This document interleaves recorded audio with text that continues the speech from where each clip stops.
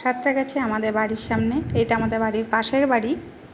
তো এত জঙ্গল হয়ে গেছিলো, যেমন আমাদের বাড়ি হয়েছিল সেরকম এই পাশে ওর বাড়িও হয়েছিল। দেখো পরিষ্কার করেছে এই 2 দিনের মধ্যে, পুজো তো সামনে, তাই সব জায়গাগুলো পরিষ্কার করে ফেলেছে। যার জন্য কত সুন্দর লাগে পরিষ্কার থাকলে, তাই না? ঘর বাড়ি পরিষ্কার থাকলে সব সময় ভালো লাগে। ওই দেখো আকাশে ঘুড়ি ওড়ানো শুরু হয়ে গেছে, বিশ্বকর্মা পুজো বলে কথা, ঘুড়ি তো উড়বেই। তো এখন অল্পই হচ্ছে, কেননা খুব মেঘ করেছে আকাশে, প্রচণ্ড মেঘ করেছে, তোমরা দেখতেই পাচ্ছ আকাশে।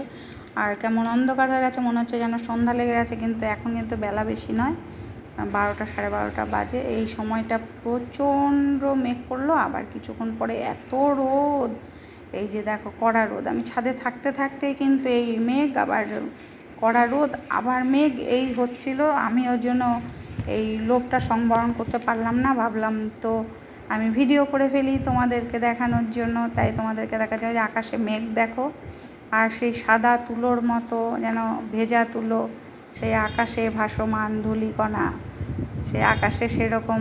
আর ওই দেখো সূর্যের তাপটা মানে দেখা যাচ্ছে, একটু একটু আলো, তার মধ্যে মেঘ, এত সুন্দর লাগছিল। আমি জামা কাপড় তুলতে গিয়েছিলাম উপরে, তাই ভিডিওটা করেই ফেললাম যে দেখো আকাশের অবস্থা কীরকম চলছে।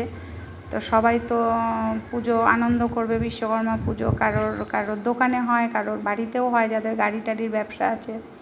এ দেখো সাদা তুলোর মতো মনে হচ্ছে, যেন নীল আকাশে সাদা তুলোর মতো, এত ভালো লাগছিল। তো এই দেখো আমি আবার একটু ঢংও করছিলাম, স্নান করে ওপরে উঠেছিলাম, তো চুলটাকে একটু রোদেও দিলাম, আর প্রচণ্ড ঘেমেও যাচ্ছিলাম, কি করব, তার মধ্যে ভিডিও করলাম। দেখো ঢং করে, ঢং টং সং করে একটু ভিডিও করে ফেললাম। তা বিশ্বকর্মা পুজো কাদের কাদের বাড়ি হয়, কাদের বাড়ি রান্না পুজো হয়, সবাই একটু আমাকে বলবে, আর যার বাড়ি হচ্ছে একটু বলে দেবে, আমি তাহলে তাদের বাড়ি পৌঁছে যাব ঠিক টাইমে। আমি একা যাব না, কিন্তু আমার পরিবার নিয়ে আমি যাব তোমাদের পরিবারে এই রান্না পুজোর নিমন্ত্রণ খেতে। তো এই দেখো যখন পরিষ্কার করেছে কি ভালো লাগছে। আর ওই যে আমি যে মেঘ দেখানোর লোভটা সংবরণ করতে পারিনি, যার জন্য তোমাদের সামনে তুলেই ধরলাম। এই দেখো এই জায়গাগুলো খুব জঙ্গল হয়ে গেছিলো, পরিষ্কার করেছে, তাই খুব ভালো লাগছে। আর এত হাওয়া লাগছে, জঙ্গলগুলো পরিষ্কার করার জন্য হাওয়া আরও বেশি লাগছে। আর এই যে পাশেও আছে এখনও জঙ্গল, পুরো পরিষ্কার হয়নি, এটা আমাদের জায়গা, আমাদের জায়গা তো অনেক জঙ্গল হয়ে গেছে। এর মধ্যেই 2বার পরিষ্কার হয়ে গেছে, তারপরে আবার জঙ্গল হয়ে গেছে। এই দেখো আবার কি প্রচণ্ড রোদ। তো এত রোদ দেখে জামা কাপড় কাচা করিয়ে নিলাম। এই দেখো আমাদের সাঁতরাগাছি স্টেশন, আমি সাঁতরাগাছি স্টেশনে বহু বছর উঠেছি, ব্রিজে উঠেছি, ব্রিজ থেকে আমি স্টেশনে কত ভিড় সেটাই দেখাচ্ছি।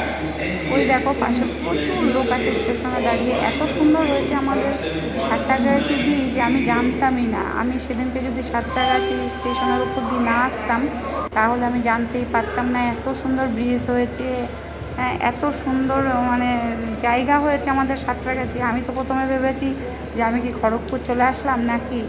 বহু বছর পর আমি এই সাঁতরাগাছি ব্রিজে উঠলাম, আর এই সাঁতরাগাছি স্টেশনের উপর দিয়ে বাড়িতে ফিরলাম। কারণ আমি ব্রিজে উঠতে পারি না বলে আমি যাই না সাঁতরাগাছি স্টেশনে, এখন এসকেলেটার হয়ে গেছে বলে আমি গিয়েছিলাম। বাপের বাড়ি যাওয়ার পথে তো ওই সাঁতরাগাছি ব্রিজ দেখালাম। এবারেই দেখো আমি বাড়িতে আসার পথে বাসে, টাটা, সবাই ভালো।